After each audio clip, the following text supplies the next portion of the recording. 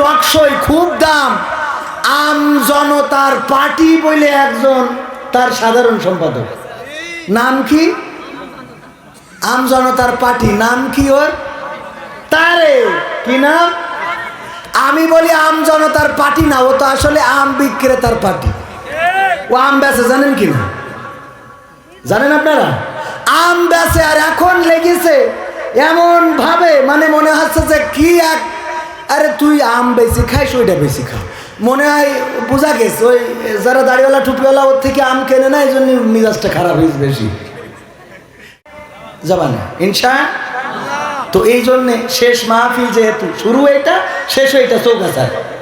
এর আগে গতবার একটা করে গেছিলাম চৌগাছায়, ওই গতবার 2টা মনে হয় করিলাম না, গতবারও একটা। ওই যে SM হাবিব, উনি ছিল ওই মাহফিলের অতিথি। উনি, হ্যাঁ কোন জায়গায় যান, উনি এসে বললো যে আমার শ্বশুর বাড়ি যেহেতু জিগরগাছায়, সেই সুবাদে শালা। তো আমি ওই শালা সেই যে ওয়াজ করেছিলাম, এই জন্য আর বাধা দিতে পারিল না ওই সময়। কিন্তু তখন 5 আগস্টের আগে, এত সোজা কথা না। ওই যে ভাইও ছিল, মিথ্যে কথা বলবো কেন? ওয়াজ করতে যে মিথ্যে কথা বলি লাভ আছে? আর একটা ওয়াজ করিলাম আপনাদের এখানে, ওই আজে সব শেখ হাসিনার উন্নয়ন নিয়ে বর্ণনা করিলাম, কারণ চেয়ারম্যান পাশে বসা ছিল। ও দোয়ার সময় বলছে হুজুর খালেদা জিয়ার জন্য একটু দোয়া করতেন, অসুস্থ। তো আমি বলছি কেন, আপনি চেয়ারম্যান না? তো বলছে হ্যাঁ। আমি বলছি কোন দল? বলছেন বিএনপি চেয়ারম্যান। তা আমি বলছি তো আগের থেকে কবেন না, আমি তো সেই দিনই সব উন্নয়নের রস করলাম। যাত্রাপুর মনে আছে আপনাদের? যারা ছিল তারা জানে। মানে আমি চেয়ারম্যান মনে করি যে চেয়ারম্যান, যেহেতু ওই সময় তো আর চেয়ারম্যান তো অন্য দলের থাকার কথা না, ঠিক কিনা? কারণ তখন তো ভোট দেওয়া লাগতো না, লাগতো। এক চাষা গেছে ভোট দিতে, বলছে আপনি কি জন্য আইছেন? তা বলছে ভোট দিতে। তা বলছে ভোট আপনার তো আমরা কষ্ট হবে আপনার, এই চিন্তা করে দিয়ে ফেলেছি। তো এটা কিরম কথা, আমার ভোট আমি দেবো না? তা বলছে আমাদের একটা দায়িত্ব আছে না।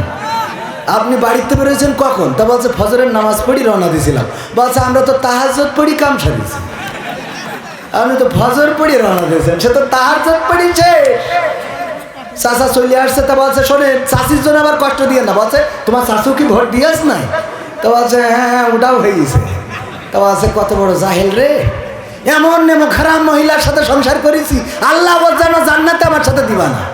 তা বলছে চাচা এত রাগ কেন? স্ত্রী বলছে রাগ হবে না কেন, আজ মরি গেছে 11টা বছর হচ্ছে, তুই এসে ভোট দেখেছিস তো আমার সাথে দেখা করে যাবি না?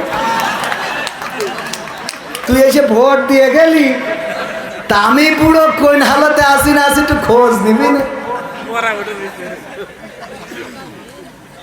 এই জন্য আমি মনে করলাম চেয়ারম্যান যেহেতু পাশে বসা, ও তো ওই কবরের ভোট নিয়ে পাশ করিয়েছে, কি ঠিক না বেটি?